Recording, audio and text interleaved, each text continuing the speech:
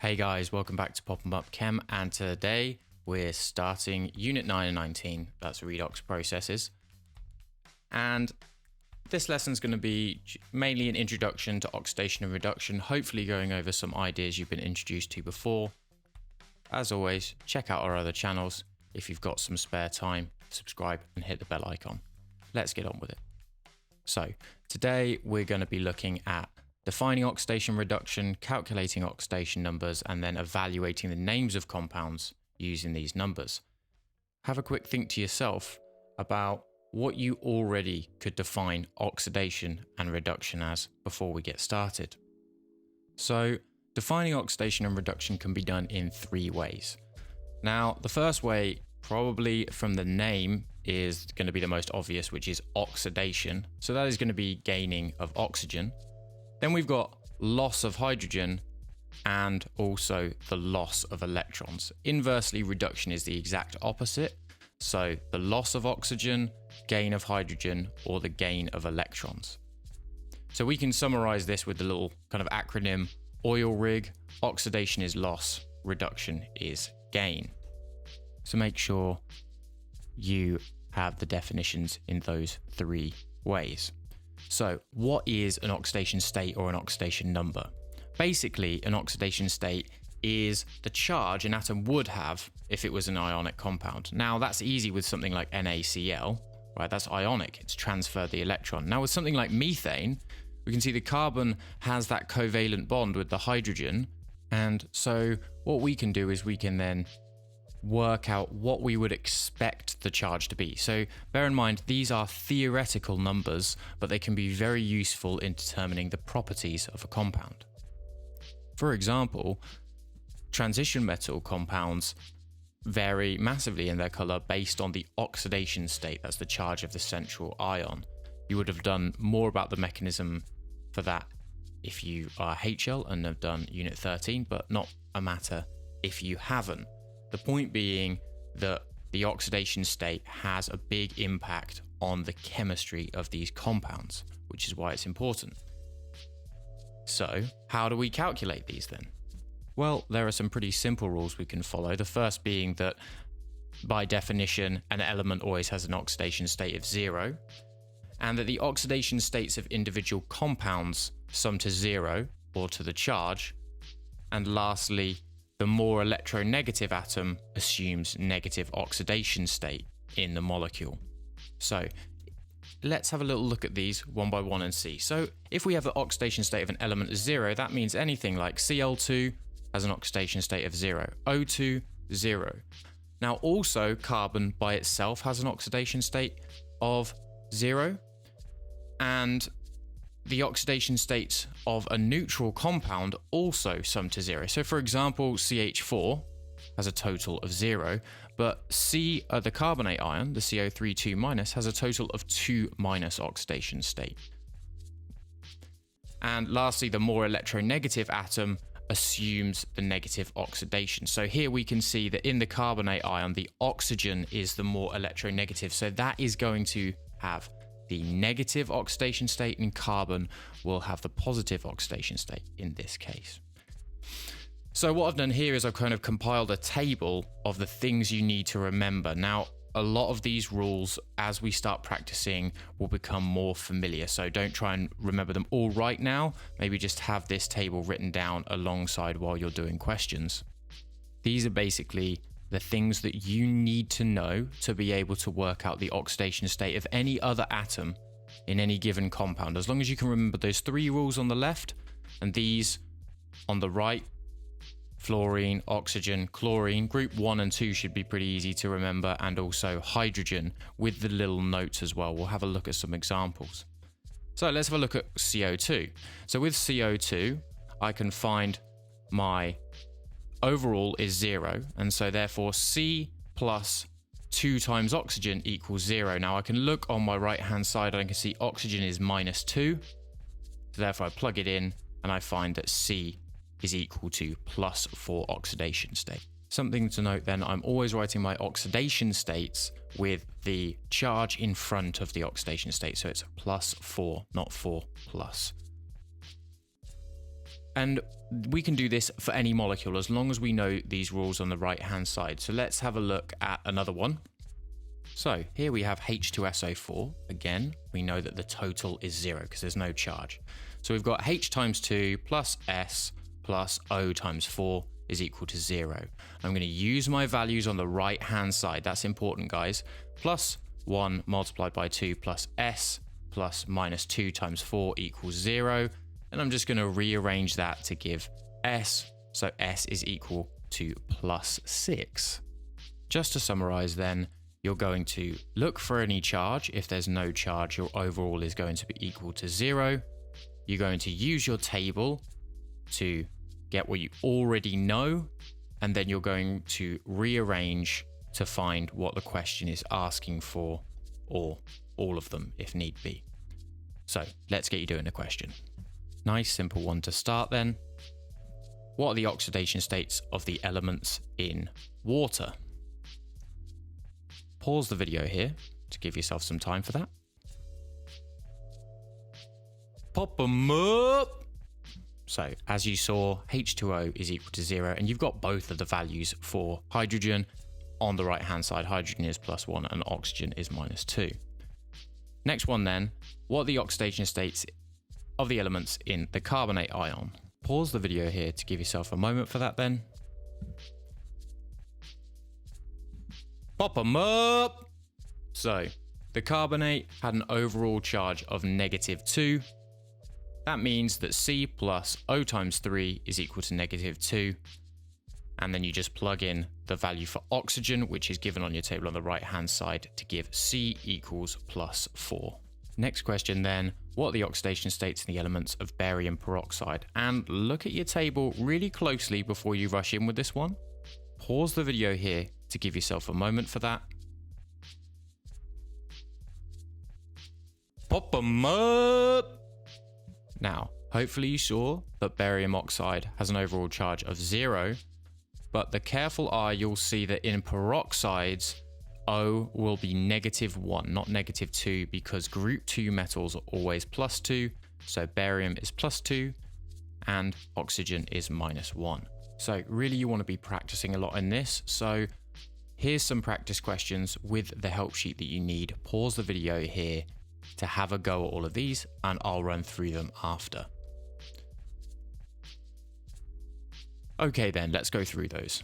Okay, in methane, you've got C equals +4, H equals +1, S8, elemental 0, H +1, O -2, and P is going to be +5. In tetrachloromethane, you've got Cl is -1, so chlorine is going to be +4. Here we've got H is +1, O -2, and here you'll see that chlorine, if it's with oxygen, isn't going to be -1, so it's going to be +1. With your potassium permanganate, potassium is group 1, so it's always 1 plus, well, oxygen -2, and manganese is +7.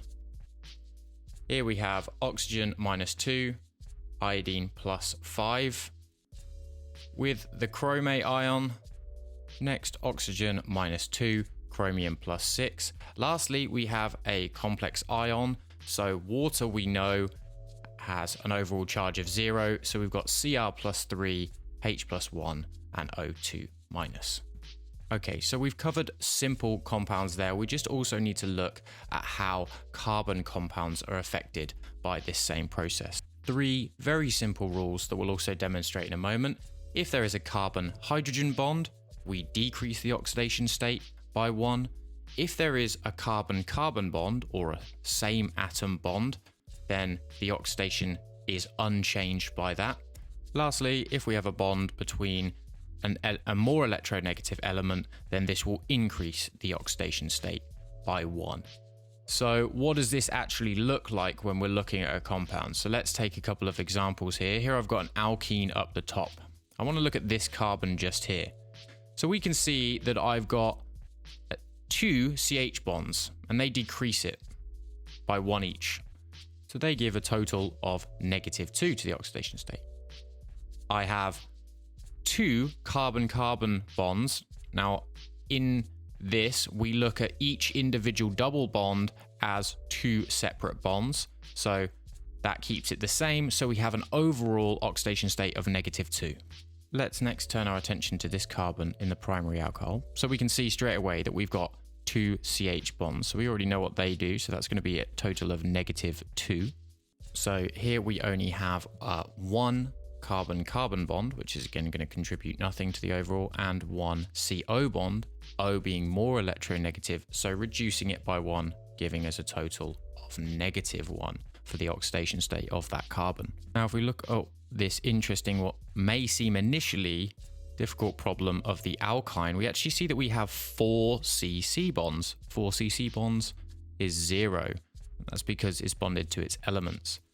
Just to summarize that then, we have a CH bond lowers the oxidation state, CC bond does nothing, and a CX, where X is a more electronegative element, raises the oxidation state.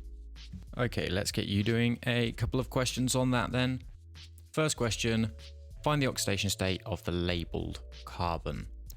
Pause the video here to give yourself some time for that. Pop them up. So this carbon has 1 carbon to hydrogen bond, 1 carbon to carbon bond, and 2 carbon to oxygen bonds, giving us a total of +1 following the same rules. Next question, finding the oxidation state of this carbon in the ketone. Pause the video here to give yourself a moment for that. Pop them up. Okay, so we can see here that we've got 2 carbon to carbon bonds and 2 carbon to oxygen bonds. So that's going to be an overall of +2.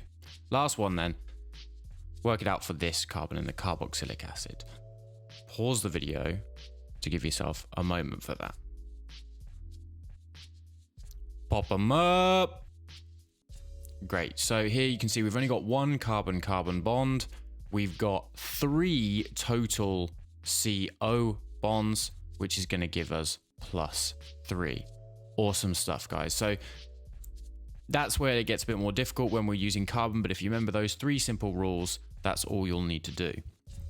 Okay, so next we're going to look at using oxidation states to understand nomenclature. So this is kind of more of a roundup of things we may have already covered throughout the course, and things that you may have seen and not known why. So most simply, if we have an 8, then that is telling us something about the positive nature of the oxidation state. And if we have an ide, that's a negative oxidation state. So let's have a look at something like sodium nitrate, NaNO3. So it's called a nitrate because the nitrogen here, overall we have NO3, which is a minus overall, oxygen -2, so nitrogen has a +5, hence it being nitrate. Now if we look at sodium nitrite, that's Na3N, we can see that the sodium has the +1, and so overall N has -3, hence nitride, sodium nitride. Now, hopefully that helps explain where those names are coming from. And we can also link this back to our naming of transition metal complexes and using the Roman numerals to indicate the oxidation state of the metal. And you can see here chloride or chlorate indicating the oxidation state of the chlorine atoms. Once we combine all this together, we can start looking at naming compounds. So first we'll look at naming binary compounds.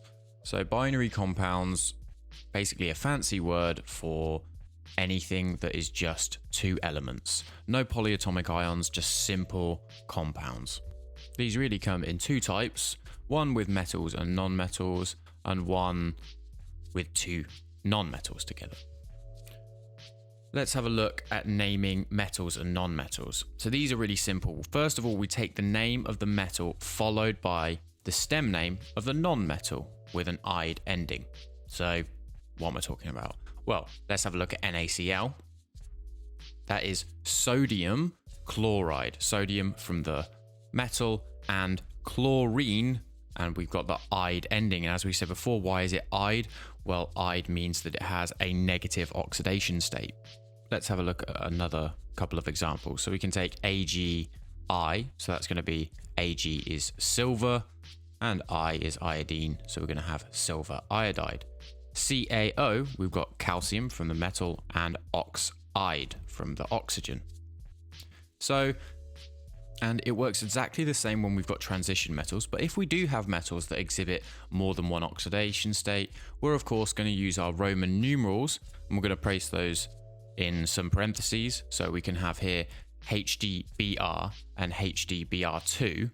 Well, here we've got mercury, now mercury 1 because Br is minus bromide, and HDBr2, well, that means that Hg is going to have a charge of 2+, so it's going to be mercury 2 bromide.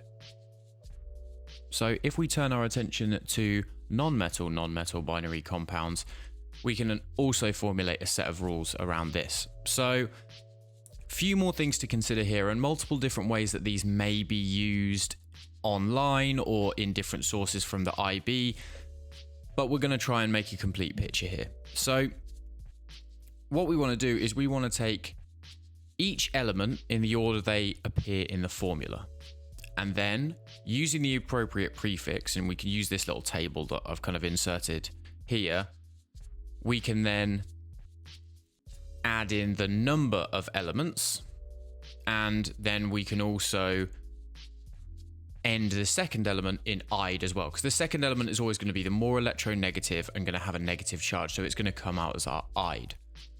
Again, these rules can seem obscure in isolation, so let's have a look at something simple that we already know: CO2. Now, using those rules and the prefixes, we of course have carbon, our first element.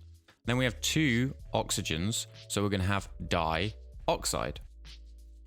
Let's have a look at something less familiar, say PCl5. So of course we have phosphorus, and then we have 5 from our table, which is going to be here pent. So we're going to have phosphorus pentachloride. And it's really as simple as that. We can multiply that over. We can also use the same thing we did before with our oxidation states. So we can see our oxidation state of carbon in CO2 is going to be, from the oxygen, is going to be 4. So we can write it as carbon 4 dioxide or carbon 4 oxide. And the same with our phosphorus. We can say that that's going to be phosphorus 5 chloride. So either of those is fine. Now, it's not super important that you know how to do this for every single molecule, but I think it's something that maybe we miss or glance over, and I think it can definitely help some people if they're struggling to understand what's going on with certain processes in chemistry. So while we're on the topic of demystifying things, I wanted us to have a look at naming some acids. Now, there are really 3 types of acids for us to name: binary acids, which we've already looked at in Unit 8, oxygen-containing acids, and organic acids, and we'll look at organic in Unit 10. So in Unit 9, right now, we're going to focus on oxygen-containing acids, and I think these confuse people sometimes because maybe we don't think about them directly enough. So let's have a look at 2 examples. So what do we have here? We have sulfurous and sulfuric acid. So these both contain the same elements: hydrogen, a non-metal, and oxygen, along with sulfur. So let's just have a little look at the oxidation state of the sulfur using what we already know about determining oxidation numbers. So for sulfurous acid, because it's got an overall charge of 0, we find the oxidation state of sulfur is +4. And when we look at sulfuric acid, which also has an overall charge of 0, but this time we have 4 oxygens to account for. So the overall oxidation state of sulfur is going to be +6 because we've added that extra -2 from the oxygen. So we've got slightly different oxidation states. And so the important thing to notice here is the different endings of the 2 names. We've got sulfurous and sulfuric acid. And that's actually a rule that we can extrapolate further, which is that if we have 2 acids with different oxidation state components, the one with the lower oxidation state will end in OUS, and the higher oxidation state will end in IC. Alrighty then, time to do a few questions on that just to see where we're at. So if we have HNO2, named nitrous acid, with the oxidation number of +3 for the nitrogen, what would be the name of HNO3? Pause the video here to give yourself a moment for that. Pop them up! So of course, determining the oxidation state first, you found the oxidation state is +5, which is larger than +3, and so therefore this is going to be called nitric acid. Fantastic. Next up then, name these two acids. Pause the video here to give yourself a moment for that. Pop them up! So, oxidation state of phosphorus in the top one is going to be +3. And oxidation state of phosphorus is +5 in the second one. So you're going to have phosphorus acid and phosphoric acid for the second one. Simple as that. So this next part is a little bit just to get your brain going. Here we've got 4 different chlorine-based oxygen acids: hypochlorous, chlorous, chloric, and perchloric. And we need to have a think about what extra rule has been considered when we have 4 different oxygen-containing acids. Just give yourself a moment, pause the video here to have a little think about that. So hopefully you saw there we've got hypo, like hypoglycemic, and perchloric acid on either side. So it's kind of a second rule if we have more, that hypo is the very lowest oxidation state and per is the very highest oxidation state. So you don't need to remember those names off by heart and just need to be able to compare oxidation state. Indeed, the key points and takeaways from today is that the oxidation state tells us the number of electrons that an atom has gained or lost, and the electronegative atom, or the most electronegative atom, will form the negative oxidation.